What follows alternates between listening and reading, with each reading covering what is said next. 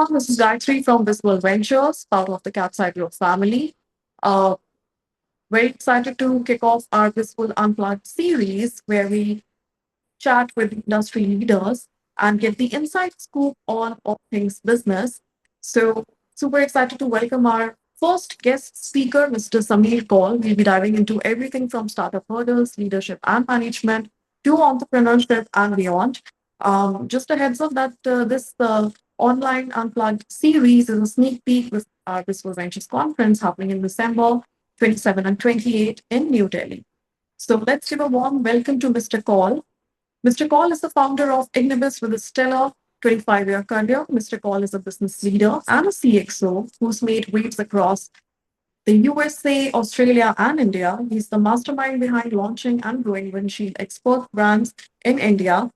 Uh, and also, he's had key roles at Dr. Lal Path Labs and Metropolis, two of India's top healthcare chains. Mr. Kaul has turned around several businesses and collaborated with the Oberoi Group, Vishay Technologies. He's celebrated as one of the Asia's 100 most influential marketing leaders by the World Marketing Congress. He's also recognized by IBM. He's a sought after speaker at very many conferences like AIMA, Franchise India, and more. So thank you, Mr. Sameer, for taking the time to join us, and really looking forward to the insights we will gain from this conversation. Thank you, Gayatri. My pleasure to be on your podcast. I'm happy to share my thoughts on the same. Great, lovely. So let's get the ball rolling and let's dive into some of the big challenges that come with the entrepreneurship. So to start off with, I would like to know your thoughts on what you think are the top qualities investors are looking for in a startup and their founders. So, Gayatri, actually, if you see, this whole thing about startups, actually, man has been, an entrepreneur right from the beginning. So we are like what I call as Stone Age entrepreneurs. We've been doing this from the time Homo sapiens came on Earth around 200,000 years back. So man has been, we have been like entrepreneurs. Homo sapiens have been hunters, they've been foragers, they've been living for themselves. So in that way, we all carry that E gene, as I call it, the entrepreneurial gene. So it's just that it's hidden in some people, but it gets surfaced in some people in the passage of time. So different entrepreneurs, different business models, different companies, the investors look at different things, so it's not like, one piece fits all kind of a thing. But there are certain kind of, broad aspects that investors look for, or private equity people or venture capitalists look for. The first one is they look for founders, or they look for promoters who have a very strong why in the business, which could be a mission or a purpose or a cause. So we call it the biology of the business. So they have to have a very strong why, the purpose why they are in business. The hows and whats can flow from there. So that very strong superordinate purpose is something that investors look for in founders, which is like a mission or a cause or something that is a larger part of why they're in the business. So that's something which all good investors would look at in their founders. The second thing, which is a little counterintuitive, is, and it's a practical thing, that obviously when you're wanting to take join hands with an entrepreneur and all that, there is a likability factor. It's something that you like him as a person. There is chemistry, the right kind of body language, because you work for such a longer period of time. So that chemistry and the likability factor is there. I mean, they want founders with whom they can go out and spend some time and things like that. So that personal equation is very important. Apart from the more tangible aspects, the human relation, the human equations are very important. And we have seen it. The chemistry is sometimes one of the main aspects of why some businesses fall and why some businesses do well. So human dynamics play a very, very large part in being one of the criteria, and you can figure it out in the course of discussions and all that, or you go out with them, go for a lunch, spend more time. You get to know that aspect, which I call is that likability factor. The third one, which investors look for, is uh, which now a lot of investors, like for example, there's a guy called Naval Ravikant. I don't know if you've heard about him. So every one of us is a combinatrix of two aspects. Our unique strengths, which is what we acquire by virtue of genetics, and our unique experiences. So investors definitely look at founders to have those unique experiences and those unique strengths which commensurate with the kind of business that they're planning to build. So there has to be that fitment. I mean, they don't want people to get into a business because everyone else is doing it and they have to do it. So that compatibility of your specific knowledge, as it's called, which is a combination of your unique strengths and your unique experiences, and how does it is aligned with the kind of business that you're planning to build. So that fitment is very important, because that's the this fitment that will take you for the longer haul. That you can be invested in the businesses when things don't go well. So this fitment is very important for businesses to do well. Also, they look for people who are risk takers. Obviously calculated risk, but that is something which sets professionals and entrepreneurs. That's the distinction between two: people who go for work and people who start a business. So the risk taking ability is very, very important. So you should be able to take risks. You have to start something. You have to you have to fall and have that belief that you can do it. So that aspect is very, very important, which investors definitely want to look at. So on the harder side of things, they also want to get into some kind of an aspect which I call as the cents framework. Cents as in money, CENTS. So the first part is, and these are like commandments. They're mostly we use different words to convey it, but the meaning mostly what the investors look for is more or less the same. So first is the control. What kind of a person is he? Why is he in business? Is he someone who's very desperate for starting something? Is he wants to dilute his equity too fast? So they want more balanced kind of entrepreneurs and all that. The second is entry. uh, what kind of a whatever that founder is trying to build, what is the moat? How will he preserve that business? What is the competition doing? He wants to see how the founders have thought about it. Is there some barriers to entry? Is there a moat? Is there something proprietary about that business? Is there a proprietary technology? Is there something about the product or about the market which will give them that distinct advantage over their competitors? So that's something which is important. The third is need. So is there a market need? Are the founders trying to solve a problem? Is there a big problem? Is that problem big enough to start a business? You know, uh, so that is very important. And also, along with the need part, is how big is the market, which usually we call it as the TAM, the total addressable market. What's the size of the market, and what is your addressable size in that market? For example, if you're in a segment, you can't say that the entire market is mine. So your addressable market is important. How big is the pond, where you want to fish? That is important. The timing is important. Sometimes it's a great idea, but you're not at the right time. The timing is not correct. So those things really are important. The last one, which in the sense framework, is the scale. These days, earlier when we used to start businesses in the manufacturing era, there would be either two factors of production: the leverage, the levers. One would be the capital, one would be the labor. So that paradigm is today shifting. Today the levers are different. That leverage was permission leverage, where you have to take permission to start it. Today we are in a permission less leverage kind of a business, where you don't have those factors of production, like your capital and labor, because today you can write a code and make millions of copies. So your marginal cost of replication is zero. So when the marginal cost of replication is zero, investors want people to get into those businesses where there is network effect, as it's called. There's scalability. Like for example, writing a book or writing a code, or e-commerce. It gives you that scalability, and that's very important, because your fixed costs get distributed fast. So these are some of the things. that investors would look at primarily in the course of their conversations when they're trying to read what the entrepreneur is doing. Besides, all the other important parts like your unit economics and all that. Yeah. Thank you so much. I think very well said. So it's all about finding somebody who's got the flexibility to make it happen, and also somebody who's a risk taker.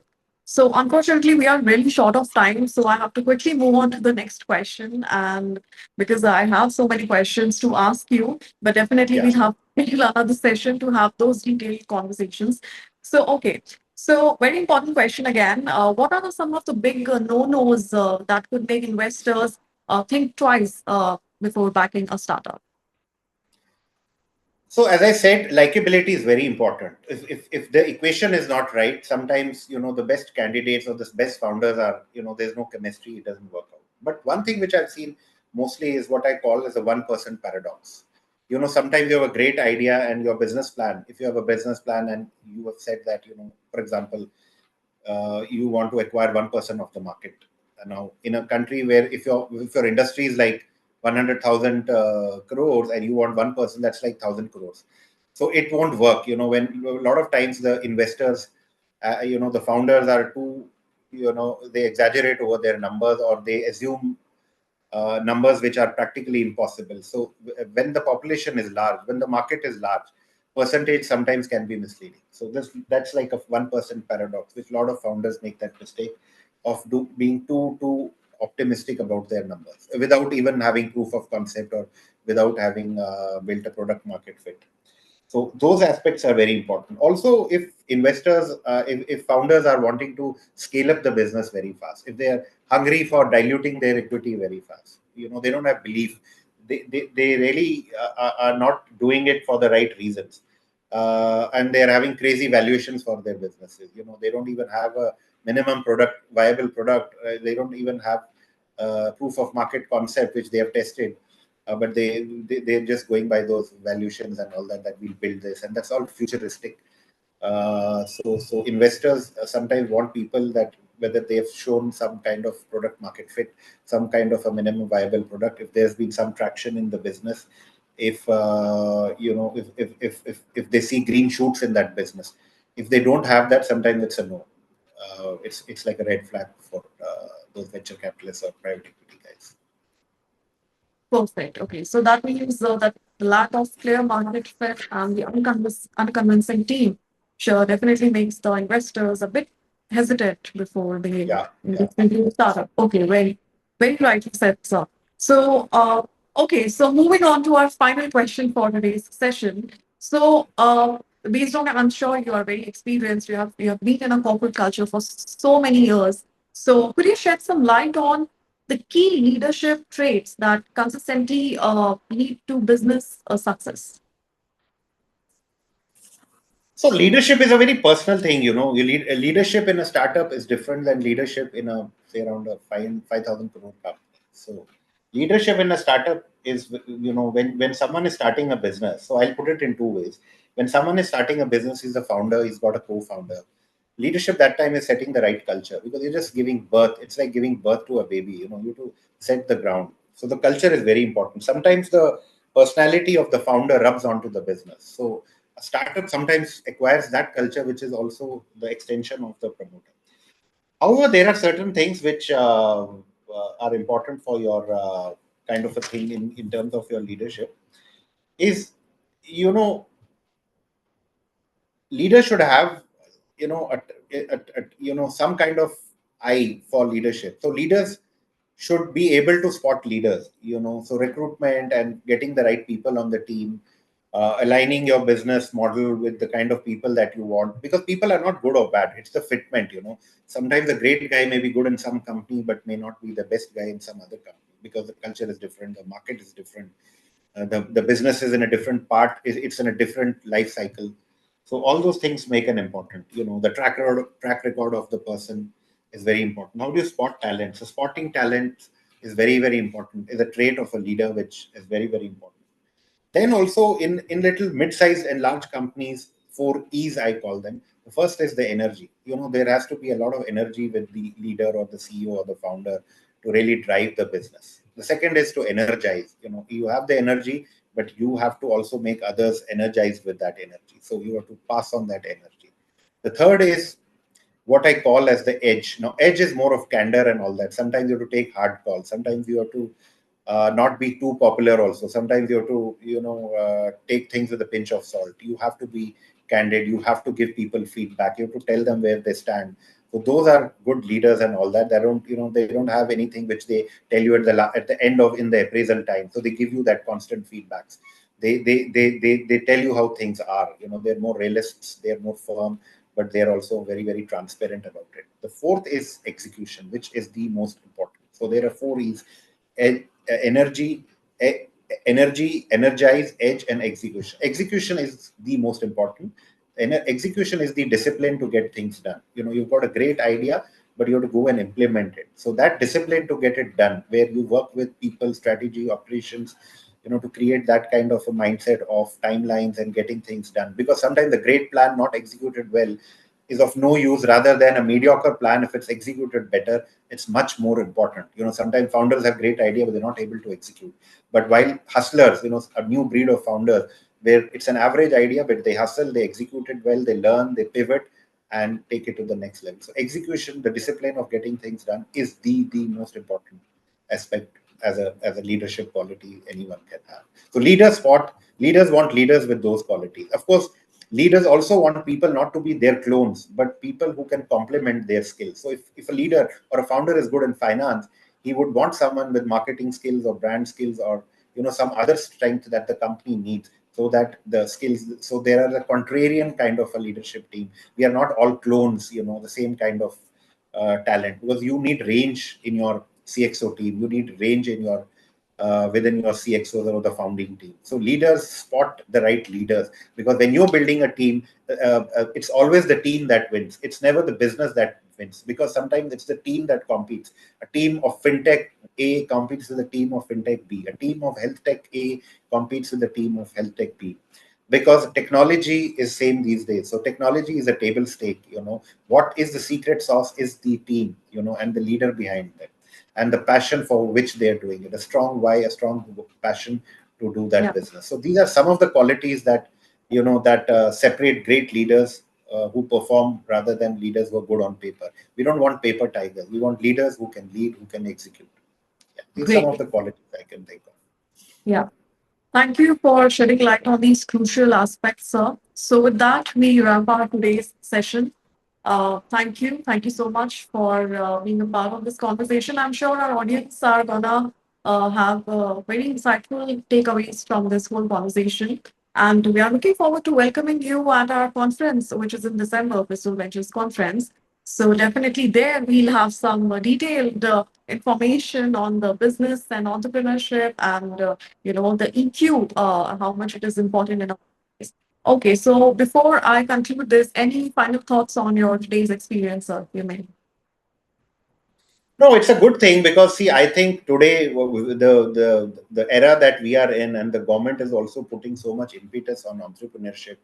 We want a country of who are job givers rather than job seekers and all that. And for India to move from that 4 trillion economy to the next 8, and then the 16, which the government is planning, which the world is planning, you need more job creators. And as I Yeah, said in the beginning, humans have been entrepreneurs right from 200,000 years ago, but that gene was missing. But I think it's coming back. yeah, Entrepreneurship is a household issue today, and we want to welcome new entrepreneurs, people with budding ideas, in terms of giving them funding, in terms of making that capital available. So I think yes, India is at the cusp of that entrepreneurial explosion, and it's a household thing becoming now. yeah. So it's a Perfect. great thing to be involved with something like that. Thank you so much, sir, once again, and to our viewers who are watching this dialogue. If you're interested for more such conversations and to witness these industry experts, we are having our conference in December. So all the descriptions